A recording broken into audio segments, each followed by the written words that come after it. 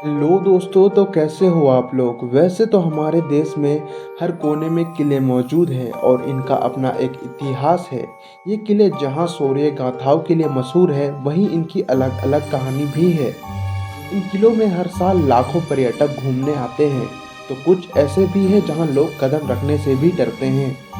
तो आज हम लोग वैसे ही किला के बारे में बात करने वाले हैं, जो यूपी के बुंदेलखंड में ललितपुर जनपद के तलबेहट किला के नाम से जाना जाता है। यहाँ के लोगों के अनुसार इस किले को भूतिया किला या मनहूस किला के नाम से भी जाना जाता है। भूतिया किला के पीछे मासूम लड़कियों की सिसकियों की वो दास्तानाएं हैं जो आज भी रातों में लोगों को किले से सुनाई देती है। इसमें वह रोते हुए अपना दर्द बयां करती है। इन लड़कियों के चीखों के कारण लोग किले के अंदर जाने से भी डरते हैं और इसका जिक्र सैकड़ों सालों के बाद भी अपनी आने वाली पीढ़ी से करना नहीं भूलते। वजह उन्हें इस शापित किले से दूर रखना है, जिसकी वजह से कोई अनहोनी ना हो जाए। इस किले को बानपुर के राजा मदन सिंह ने बनवाया था, क्योंकि बानपुर के पास तलबेहट गांव था जहां उनका अक्सर आना जाना लगा रहता था। इस वजह से राजा मदन सिंह ने वहां किला बनवाया था। इस किले को देखरेख उनके पिता प्रहलाद सिंह करते थे और वह अकेले ही रहते थे।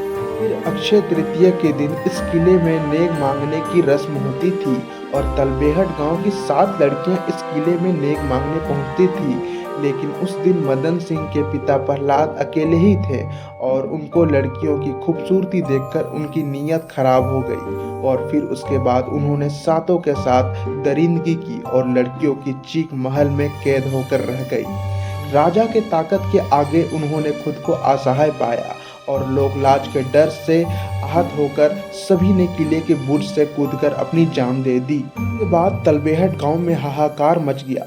लोग प्रहलाद सिंह का विरोध करने लगे।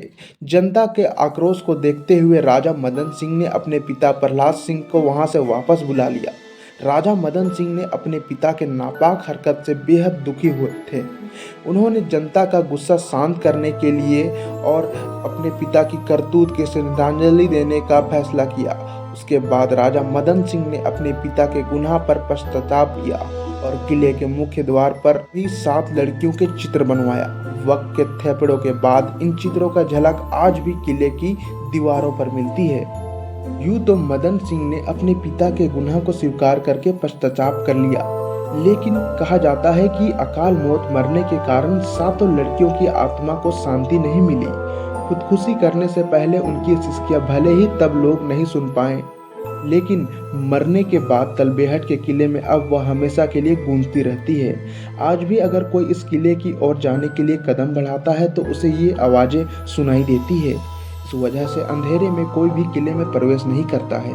वाकया अक्षय तृतीया के दिन हुआ था और इस दिन गांव की 7 बेटियां अपने साथ हुए गुनाह के कारण खुदकुशी करने को मजबूर हुई थी। इसलिए आज भी यहाँ के लोग इस पर्व को नहीं मनाते हैं। इस घटना के सैकड़ों वर्ष हो गए और कितनी पीढ़ियां गुजर गई, लेकिन आज भी लोग इसका पूरी तरह से पालन करते हैं और अक्षय तृतीया की खुशियों से पूरी तरह दूरी बनाए रखते हैं।